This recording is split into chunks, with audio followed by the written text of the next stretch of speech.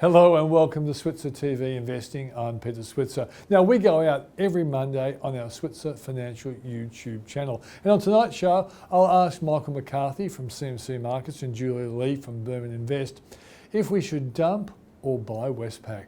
Then I'll see if my team like the stocks talked up big time at the SON Hearts and Minds Conference on Friday in Sydney at the Sydney Opera House. We get their hot stocks for the week, and these two have been on fire with their tips. We then hear from CEO of Origin Energy, Frank Calabria, and we try to work out if this energy company, which is actually going long renewable energy, is a buy and hold for the long term. And then Dr. John Houston will share his economic crystal ball, and we'll ask him basically, should we stay long stocks or should we be getting out of the stock market?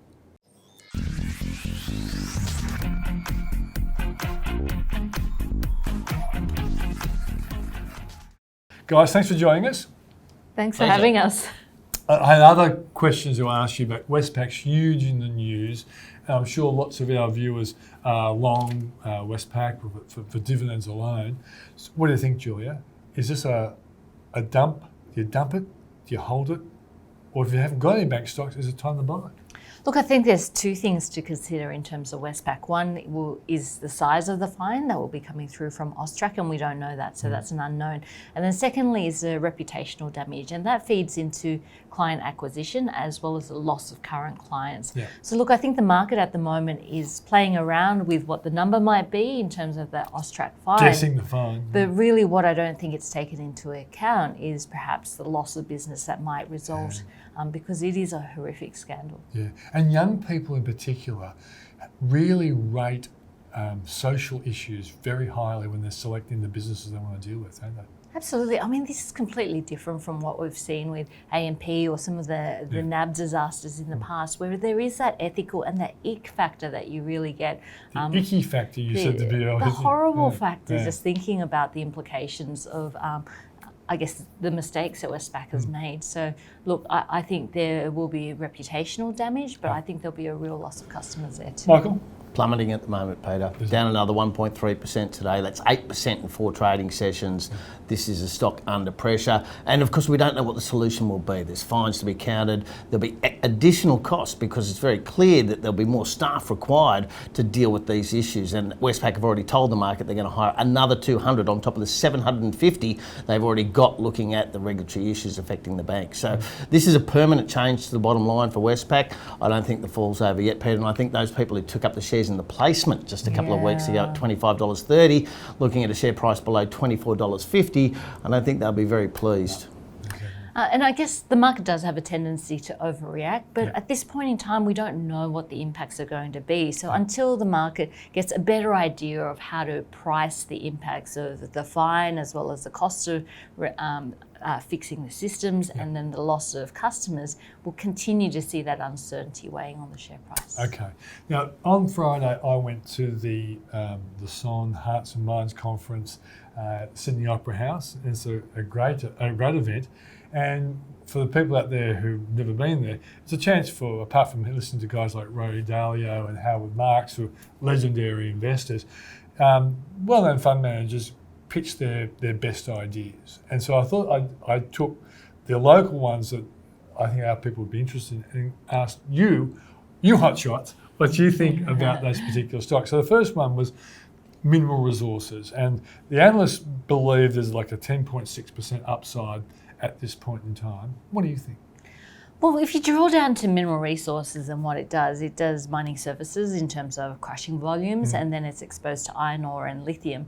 In terms of iron ore, it's a higher cost producer, so it probably wouldn't be my favourite pick in terms of the iron ore miners. I'd probably prefer something like Fortescue with that higher dividend yield and the lower cost of production. And then we know that lithium is still going to be difficult probably for at least the next 12 months ahead. So the crushing volumes, they've been quite impressive, but when you have a look at Mineral Resources, they made their investment and they bought their equipment in this area at a time when costs were relatively high and costs have come down in this area. So look, probably not my favourite stock. I could see where there's 10% upside if we continue to see the iron ore price move back up and be well supported, but it wouldn't be my favourite stock in this What about the space. fact that they are a little bit diversified, that they have services as well as being in the business of digging stuff up? Yeah, I mean, I like the management team and I like the track record of this company, but I just don't think market dynamics are moving in the favour of the type of businesses that it has. Michael? On valuation, I think you could have a good look at Mineral Resources. That portfolio approach could also serve well over the longer term. Lithium stocks, as we know, have been under pressure. They've also got the manganese exposures. So there's potential kickers across this business. And of course, we do get an uptick in activity in response to a higher iron ore price, and steel prices in China are up again today. It is a good leveraged exposure to it. And that's what I like about it from a trading point of view. It's a leveraged exposure to iron ore. Okay, and also, if we get a trade deal happening and there's a belief then that the global economy will improve in 2021, is that going to be good for mining stocks generally? Absolutely, and I think in particular the iron ore component of it, because it's leveraged to global growth. Yeah. But probably my more favourite mining company that came up during the conference is NIC. And look, nickel prices have been doing relatively well because of Indonesian export bans once again. And from 1st of January, Indonesia once again planning to not allow the export of nickel, and they're trying to encourage higher value products to be manufactured in that country. So look, I think NIC will be doing well. It's starting to ramp up, and I think that one will be a winner. Okay. Nick? Yeah, I think so. I'd be very selective in the commodity space. For example, in oil, we know we've got a dynamic where the very agile swing producers in the US can kick into play whenever we see a rise in oil prices, and that's likely to cap gains in oil markets for years to come. Uranium is a similar situation. Uranium is very easy to mine. There's a lot of it that's still in the ground. So, but on a case-by-case basis, I like iron ore, I like nickel, I like copper. Okay. What about A2? Were both of you on A2's bandwagon last week? I know. I think A2 Milk is the stock I've made the most money out of ever. Yeah, you've been talking about it for a long time. You jumped on. I jumped on at $12. Thank goodness, Peter. Thank goodness I got It's had a in. great week. So Paul Rickard and Charlie liked it as well. It was all A2, and at least we got the right company at the right time. So that also, Junbei Liu from Tribeca still thinks there's a lot of upside in A2. Now, Julia, what do you think? I think it's a short-term versus longer-term story, and I believe in the longer-term story that this is going to be a global dairy powerhouse. Yeah. It's not only moving into China, but also the US story continues to gain traction. However, I don't see a huge amount of upside in A2 in the shorter term, because I think things are quite competitive in this space, and I think that will mean that A2 Milk will need to spend more money in order to make money. Margins have been just slightly below my expectations here, but look, I think this is a good one to continue to hold for the longer term portfolio. A2 have done an extraordinary job of differentiating their product. Now, I don't know the science behind A1 and A2 proteins. Gee, that's bad. And the regulators have been very strict with A2 about what it can say, given the lack of scientific evidence around this. But that differentiation appears to work. And given the fact that this is a pure food play, I think Australian and New Zealand food producers are great long-term plays for that reason. Yeah, I think A2 on a pullback at any time is worth a look. I asked Junbei Liu after the conference, and she apparently topped it last year with Oriental Education. Education, that was a huge one. Yeah, but I said, well, I'm worried about the fact that a Chinese company has bought Bellamy's. Could China play hardball with A2? And she said, A, they've got licenses. B, they're sold in a lot of the milk shops. Like, more milk is sold offline in shops than online in China as well. And she said also, this is something that she understood better than me. She said, China's a big place. And this one company doesn't really take the whole Chinese market. A2 has the potential to reach out to that market over time. Yeah, and look, I think valuations are well supported because of that China takeover activity. Today, once again, we saw that company that's making that bid for Bellamy's make a bid for some of the lion assets, so the dairy assets here in Australia. So it looks like they're on a bit of a shopping spree in terms of those dairy assets. All right, now, while we're there, Jeff Wilson sort of played a sort of MC type role. And he threw in AMA. And I didn't want to ignore it. I looked it up. The analysts like it. 23% upside, the analysts believe. But you have your view on analysts, because you're one as well. But what do you think, AMA? Look, I think this one, I really look at it in terms of short-term versus long-term. And the reason I look at it in terms of short-term versus long-term is that I think the market's going to look completely different in 10, 15 years' time. In the short-term, AMA, it's I guess, an amalgamator. Anything that has to do with the after-car market, it's there. Souping cars up, repairing cars. It's the largest car repairer in Australia, an accident car repairer in Australia. But look, their growth has really been through acquisitions, and it's a fragmented market, so they've been having a lot of wins on the board. Yep. But I think when electric vehicles come through, most of the maintenance is going to be done through software updates, and there's going to be very little in terms of car maintenance. So short-term okay, long-term question mark. Long-term, I think there's going to be structural changes that will hit quite hard in this area. Macca? Yeah, I'm going to go a slightly different way on this one. Because you're a rev head, aren't you? You love I love their alloy bull bars. Come on, that stuff is fantastic, and it's brilliantly positioned because it is protective gear. It is needed. It's got a reputation for strength. That's good news in this space, and it looks great on the front of the car. So I think they've cherry picked the aftercar market very well. I think they know this business very well. They know what's profitable and what's not. And with so many of the major car producers pulling out of Australia, I think there's plenty of room for them to move. I like this one. Okay. And what was that company that used to be the Blokes Car Company, and the bull bars and all that sort of stuff? Babcock? No, it wasn't Babcock. It was a Queensland company. I remember Roger Montgomery used to talk about it all the time about 5 or 6 years ago. We'll have to do some research on that one, guys. All right, so we've now also, have you got a view on Origin? I'm interviewing the CEO of Origin coming up. What do you think?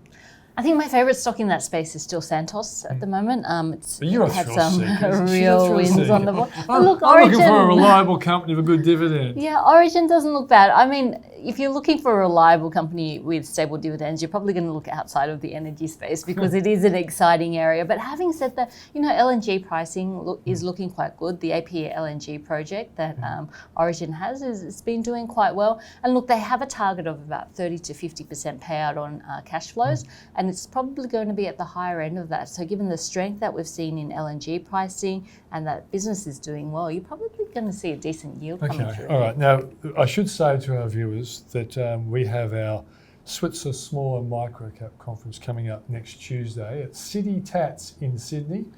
So it's December 3 between 9 and 2.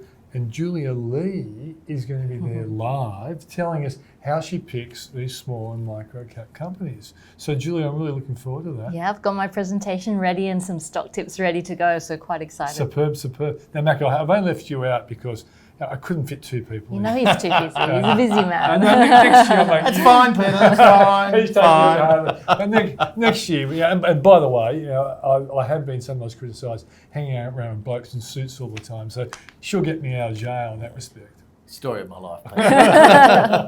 Okay, so that's Julia Lee, the Microcap Conference next week. Macca, any other stock that you like that you haven't mentioned today? Yeah, Sol Pattinson. Now, I've got a bit of a contrarian streak. Right now, this stock is well down at around $22. That's the Milne family. It is, and remember the key sort of cross-shareholding here with Brickworks. They each own 40% of each other. And Mark Carnegie tried to chase that one for a while, didn't he? He did, and he lost, right? Mr. Milner and his team know exactly what they're doing. They've got 40% of Brickworks. Brickworks is trading at all-time highs. Now, there are reasons why it's down, and one of them is the coal exposure. That's very unpopular at the moment. Yeah. I suggest these things are cyclical. The idea that we're going to get out of coal anytime in the next 10 years is, I think, nuts. And I think there are other very interesting businesses. But most importantly, they've proven again and again that they are extraordinary investors. And for those of us who sometimes have trouble identifying the right opportunities, backing a strong management team, a strong investing team is a good idea. With a depressed share price, I think Sol Pattinson should be on the radar. Yeah. Julie, do you have another one? I like Credit Corp at the moment. Look, this is one that buys debt ledgers, so distressed debt ledgers from mainly the big 4 banks. About 80% come from the big 4 banks and financial companies. But what I like about Credit Corp at this point in time is its expansion to the US, where it's got its names on the books of the major US banks, and the US market is 10 times the size of the Australian market. So at a time when you're seeing extra competitiveness in terms of the Australian market and I guess a smaller size in terms of the Australian market, I really like that diversity. Does a company like that do better when the you-know-what hits the fan in the economy and a lot of people aren't making their payments and therefore the banks sell off their debts to Credit Corp and they then try and get the money back? Well, it depends on what price they buy those ledgers for and then how much they recoup of their funds. So for me, it has to do with what they price, so price discipline, and it also has to do with the unemployment rate. So something like that is an indicator of whether someone can repay the loans, because the other 20% is utility and telecom type companies. Okay, fantastic. Michael McCarthy, CMC Markets, Judah Lee, Boom and Invest. Thanks very much for joining us. Thanks Thanks, Peter.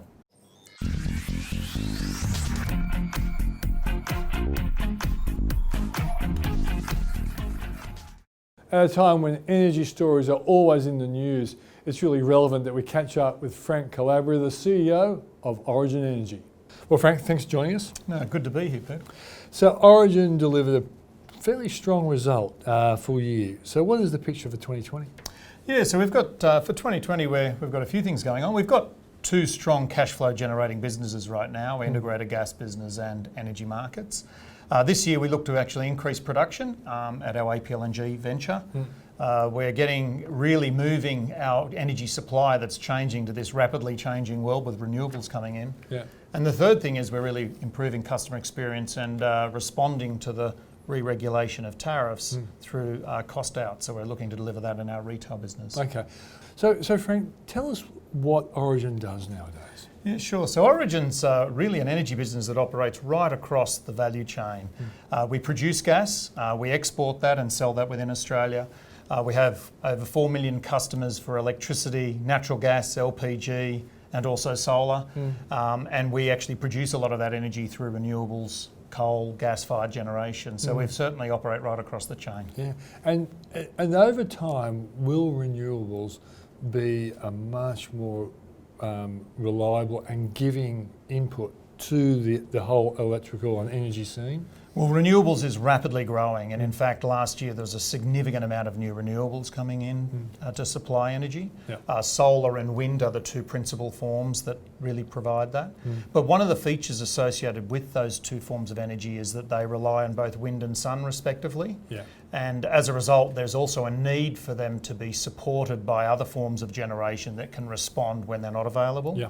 And so the combination of those things will be reliable, but it does require those other forms of generation. That'll be fast start gas, pumped hydro, and clearly longer term there'll also be the role that batteries will play. Yeah. But yes, it's that combination that needs to be brought together to make it reliable and secure. Yeah, now, I know this is a hard question, but if anyone can answer it, it would be you. How long do you reckon before batteries become a valuable contributor? Yeah, they're an early days contributor now. When we look at the cost curve of those batteries, they're coming down. And just like 10 years ago, we saw the solar cost, and now we see it today, it's come down dramatically. We see a lot of those cost curves. We really do think it'll be over that sort of next 3 to 5 years that you'll see it coming in.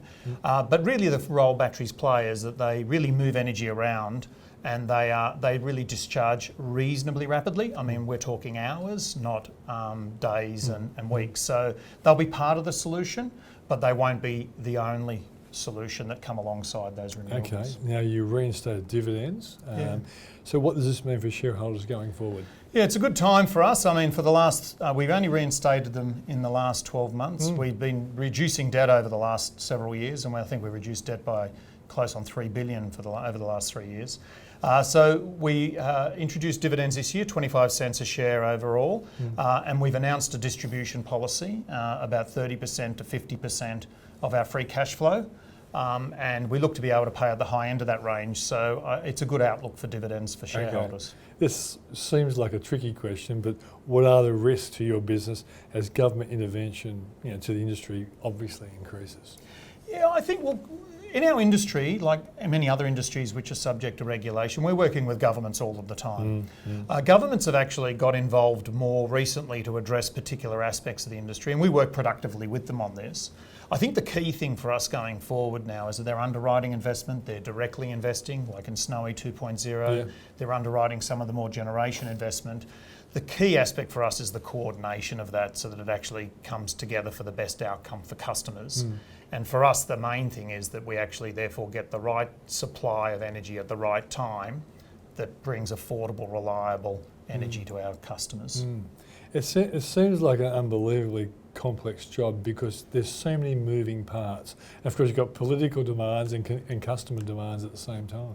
Yeah, I think really our focus really starts with the customer because you really must produce good outcomes, and customers are looking for affordable energy. Yeah. They want reliable supply over hot summers, and at the same time they're looking for a trajectory over time where they would like to see emissions reduce. It's that combination that creates the complexity with those various technologies coming in. But I really, with a firm sight on customers, I think that's where it all starts, and then it's up for us and governments and other regulators to come together to produce those outcomes. Yeah, okay.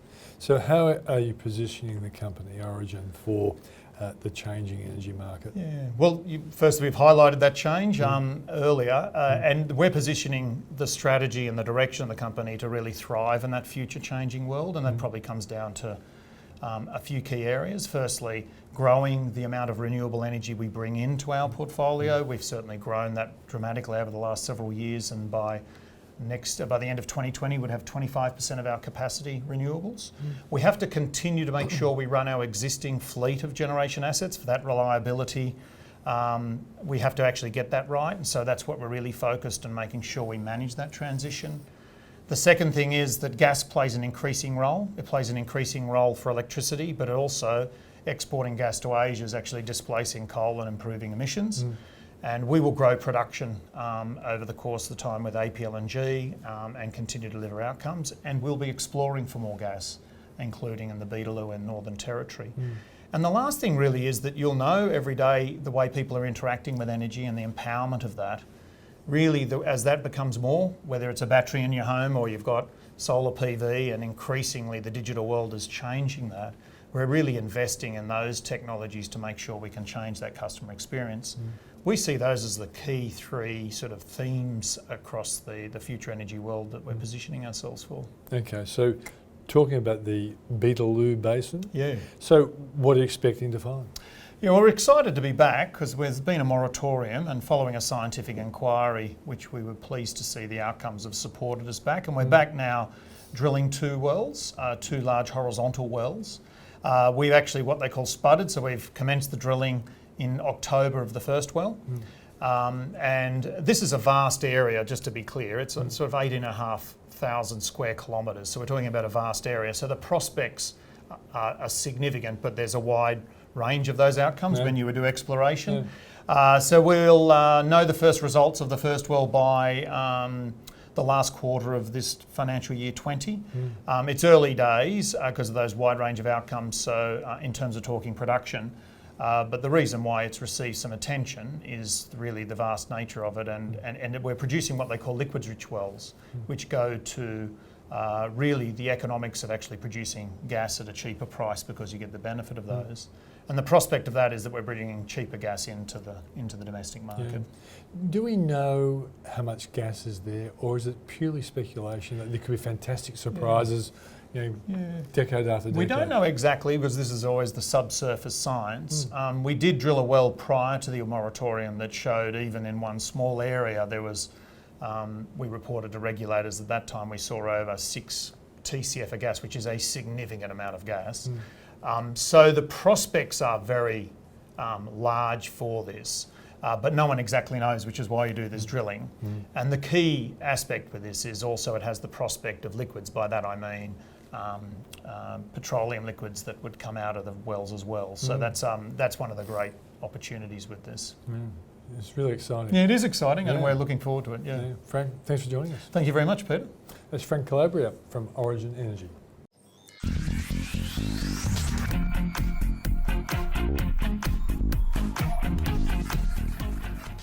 John, thanks for joining us. Pleasure, as Peter. Yeah. As always, Peter. Well, I want to catch up with you because there are so many economic issues out there that people care about and are afraid about. So let's start with a really big one first. Why aren't interest rates seemingly working to get the economy going again? Well, I think there are a lot of explanations. I mean, obviously, people say when you get down so low that they don't have the same impact they have when you're starting at a much higher base and lowering them. And that's true. But there are a lot of other factors, I think, that are bearing on the capacity of households to spend. I mean, we're record debt, 200% of GDP, 200% of household disposable income, about 120% of GDP. they're really struggling with that. And then the cost of living elements, which they, there was that Finder.com survey a couple of months ago, said something like 5.9 million Australians live from payday to payday, because they can't find the cash, the free cash to meet the ever-rising cost of living. And as you know, those key elements like power prices or childcare costs or medical insurance costs, housing, they're rising faster than the measured CPI, and wages are flat. The environment is difficult for people to have any capacity to spend at all. And if you give them a break in terms of a bit more cash in their pocket, they're inclined to pay down their debt rather than to spend. Okay. They don't save. Savings are back pre-GFC levels. So a lot of reasons. Yeah. But I don't think economists, you and me, understand the full impact of negative interest rates. Yeah, but also, John, because people are taking these interest rate cuts and effectively paying off their loan faster than... Are we looking at a real-life example of something that you and I taught, the paradox of thrift? Yeah, to some extent, yes. I mean, it's funny, the other day I was reminded of the fact that when I was a graduate student at Johns Hopkins, we were all building macro models, and solving the world's problems, general equilibrium models. That's why we thought you were so smart. And it was interesting stuff. But I mean, one of my colleagues built a model which basically implied a period of negative interest rates. Yeah. We had some of the top macro international monetary economists in the world there, and they threw that thesis out on the basis it was inconceivable that you could have a negative interest rate for a long period of time, right? Yeah. And do you remember really, his name? And now we look at 25% of sovereign debt at negative, out beyond 10 years, and you think to yourself, how do you disengage, and how did you get there, and then how do you disengage from that?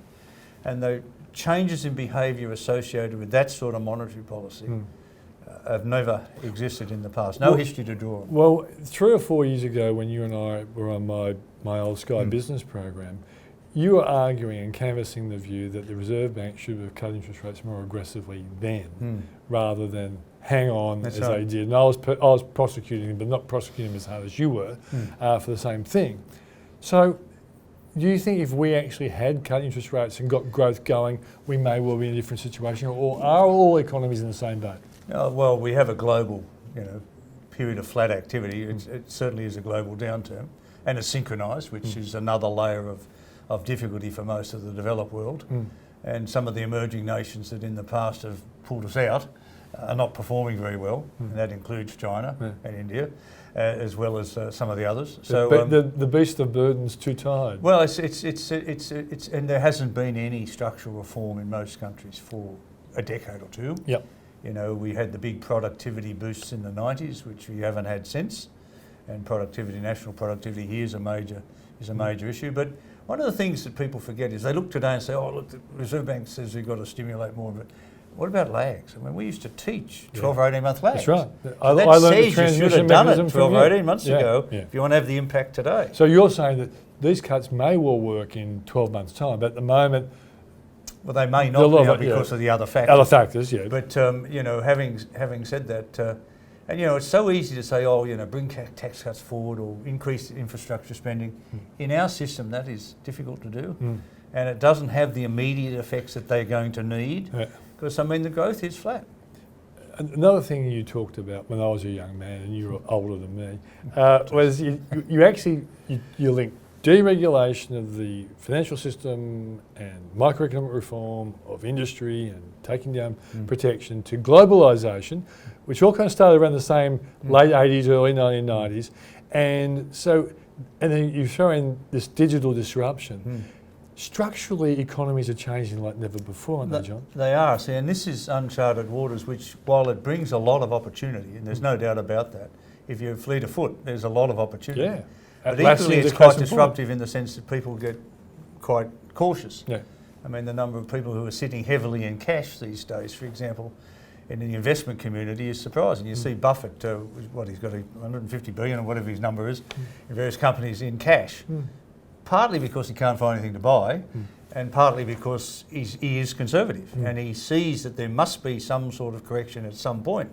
Not to say the market won't go up another, couple of 30%. digits, 20 or 30% maybe, as you've been saying, quoting people saying. Yes, right. Yeah. So I thought I said that. Somebody actually wrote today saying, it wasn't me, but go on. But you can see that there are arguments that people can mount to say, look, it might just keep going because there isn't any alternative. Yeah, interest rates are so low. And interest rates are so low, and people will find a way to mobilise that to effective investment.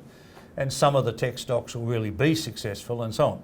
But, having said that, a prudent investor will say, look, let's have a realistic assessment of the risks. The probability that the market is overvalued is real.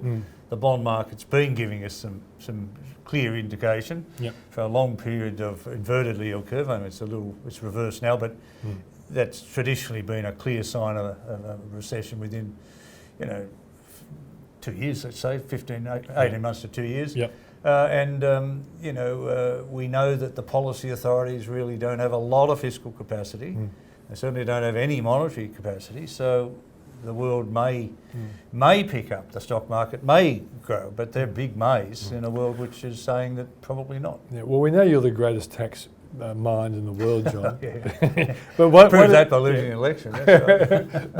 but one area where a lot of people don't know is that you've had a fair bit of experience in property as well. You saw the property price boom, you saw the prices go off the boil, and one of your former appointees, Steve Keen, was tipping a 40% house price fall, which he hasn't got yet, and he tipped in 09. And no, I think Steve hopes he lives long enough that that'll eventually happen, but I don't know how many mountains he's going to climb between now and then. But we know he's smart, but he's certainly got that one wrong, and one day he might be right. Big call, yeah. Yeah, but what do you think about the latest the latest call that came from, I think, Louis Christopher last week? House prices are going to rebound 20% next year. Can you believe the volatility in house prices? Yeah, look, the volatility is a manifestation of the unpredictability. I mean, the people want them to go back up, even though it means that as a social issue, housing affordability is going to be even greater. I mean, I was reminded recently, I used to write about the coming housing crisis in the 1980s. We've had a couple of decades since of really bad policy at state and federal level, and nobody really addressing the issue of housing affordability. It's a supply crisis rather than a price crisis. It's a supply crisis which has impacted on the price, and of course it's been compounded when you've had periods of strong foreign demand, periods of strong investor demand, both of which have come out of the market now. Look, I think in the current market you've seen a bit of a pickup in prices. I don't know how real that is, in that the properties on the market are down about, I don't know the number, 30% thereabouts. So you're getting good auction clearances on a much smaller market. I don't know whether you can read a sustainable increase in that, or whether that's just those who missed out want to get in and hope that they can hang on. But we know from the Royal Commission, Banking Royal Commission, that a lot of people will lend a lot more money than they could afford, and that's showing up really in the attitude to the housing sector. Of course, you've got some in negative equity, you've got some in mortgage stress. We never get real numbers on those two things, but they must have happened, and they must be significant in some parts of the country. And probably explains why consumption's down as well. And all these things come together to say no wonder consumption's flat, and people aren't saving, and they're not confident about the future. And retail is in recession. So there are these factors that are there that you say to you, well, 20% increase in house prices is a big call in that world. Yeah, most definitely. So, but you're on boards of businesses and stuff like that. Are you telling the businesses that you're on the board of, you better pull your horns in now, there could be a recession just around the corner? I was thinking back the other day, for the last several years I've done a monthly survey on what the Reserve Bank's going to do with interest rates. And is the next change going to be up or down? And for most of that period I consistently said to be down. And there were periods where people were very strongly of the view it must go up, it would go up, they definitely put it. I never thought they would. Equally, I've never been convinced that they'd go to negative either. No. They've gone closer to negative than I ever imagined.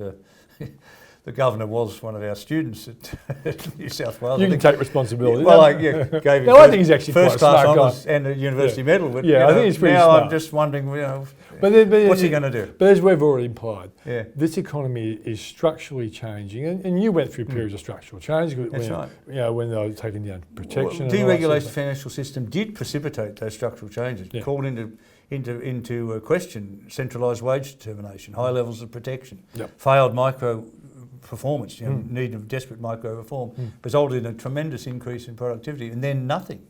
We haven't had another layer of structural reform, and we talk about infrastructure. We should have an infrastructure boom. I mean, when we're a AAA rated country, and interest rates are as low as they are, we could borrow 30 to 50 year money today at less than 2%. And we'd get tens of billions of dollars, not hundreds of billions of dollars if we wanted to, from central banks, sovereign wealth funds, insurance, pension, superannuation funds, looking for those sort of longer term sustainable investments. We couldn't let that go into the government because you'd have to manage that separately, and you'd have to have proper assessment of projects and the ranking of projects. But we could accelerate that process. And I think in a structural sense, taking a longer term view about the next wave of productivity growth, that's got to be underwritten by something like that. It's not going to be underwritten by a bit of twisting of the interest rate structure even more, because that's not going to work. Okay, I'm going to ask you a question because you've got sons. How many daughters have you? Got Two daughters. Oh, four altogether. Four. Okay, and you've got two at home. I think. And you got grandchildren now, of course. Yes. Yeah.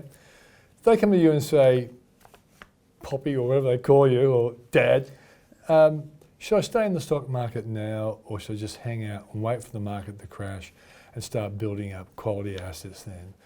A, what would you say? And B, how long do you think they have to wait?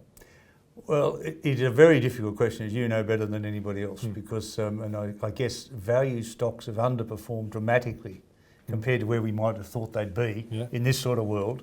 And growth stocks have somehow managed to struggle on, and yet there's a lot of value sitting there. So within the stock market, there are going to be choices that are worth backing. There's no doubt about that. But within the context, perhaps, of the market as a whole will correct. Sometime in the next 12 or 18 months, you'd have to say, so you'd say to your loved ones, maybe it's a good idea to save and wait for a crash. I've been in the funds that I influence. I've been sitting pretty much more conservatively towards cash, with some mixture of assets. But the market, I think, is overvalued and will go down. It's just a question of when. The difficulty is that I've been saying now for a couple of years. I think 2020 is going to be a bellwether year, in the sense that a lot of these economic uncertainties really do come to a head.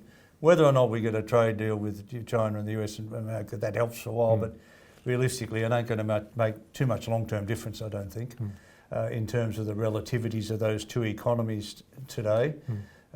So that may help, but you've got a massive number of geopolitical tensions, and you've got Trump, who tweets one day up and then the market goes up, and then one day down and the market goes down. And how the hell do you know? I suspect that he'll be under real pressure in 2020, may not get re-elected. Then what do? Start again with rebuilding, making America even greater again? But the Democrats are just as anti-free trade as well, aren't they? They are hopelessly disorganised. The one thing you might say in political terms that Trump's been cleverly able to do is push the Democrats so far to the left they might even fall off that flat earth, because he has. The earth is flat to them. Look at some of the Democratic policies that are getting attention. Now, some of them are in socially terms, like in the health sector, desperately needed. But talking about wealth taxes and this, it's just going to change the whole world from where it is today. Even though inequality in the US is a bigger issue than it is in a lot of other countries. I mean, I do think that you don't get a clear, consistent policy position on anyone in any of those Democrats. I think the top three are still polling better than Trump. But you look at those three and you think, maybe the world's not ready for this yet. Right. So it's so hard to read the political scene. It's so hard to read the economic scene. In all the 50 years I've been at this, I don't think it's ever been more difficult than it is today to say how these factors are going to unfold. Okay, one last one, and you've alluded to it already. If you're Josh Frydenberg, I'm actually having coffee with him on Thursday, so I'll give him your advice. Yeah, please give him over a go. Would you suggest that he needs to do something to try and make this economy grow faster? If so, what would you recommend? He has to do something because he's got himself in a position where bit like Howard got, I won't do this, I won't do this, I won't do this, and in the end it gets too big an issue and you lose government. He's got to do something, as we mentioned before with lags. They should have done it 18 months ago, not now. Bringing in tax cuts forward, they may not spend them. No doubt that some spending items like New Start would stimulate some spending, and I think you should look fairly carefully at the structure government spending from that point of view. Infrastructure projects, you won't have an immediate effect because we don't prove things very quickly in this country, and they're not funded. They've got to be funded. That's why I suggested an Australia infrastructure bond, which would really, kick that off, and you could change the story. You change the narrative. You get the narrative changed, you might stimulate a bit more constructive risk-taking activity. But in the near term, there's not a lot they can do. I mean, pushing interest rates lower won't do much. Bringing the tax cut forward may help, but we've had this is a number, $13 billion or more put into the system, and it's had no effect, no visible effect yet. May have down the track, but I think the consumer's not usually spending. fast workers tax cuts, aren't they? They're usually fast workers. You can, if you target, if you did some of these investment allowance proposals that are around, that you actually spend the money to get the benefit, that will work. But the government's sort of locked into not only one surplus but 10 years of surpluses.